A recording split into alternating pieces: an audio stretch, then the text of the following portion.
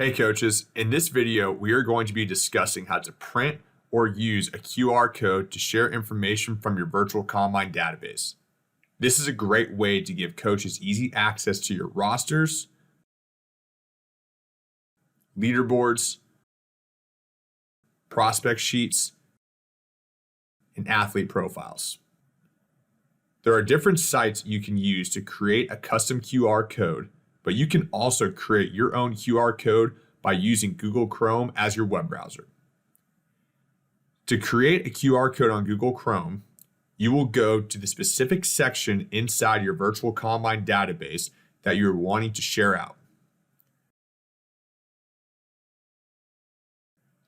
From here, you will select the Create QR Code from this page button on the top right side of the URL box.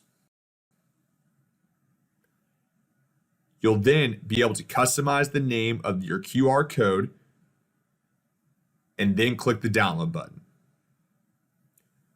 Once the QR code has been downloaded, you'll open it up on your web browser and then click print.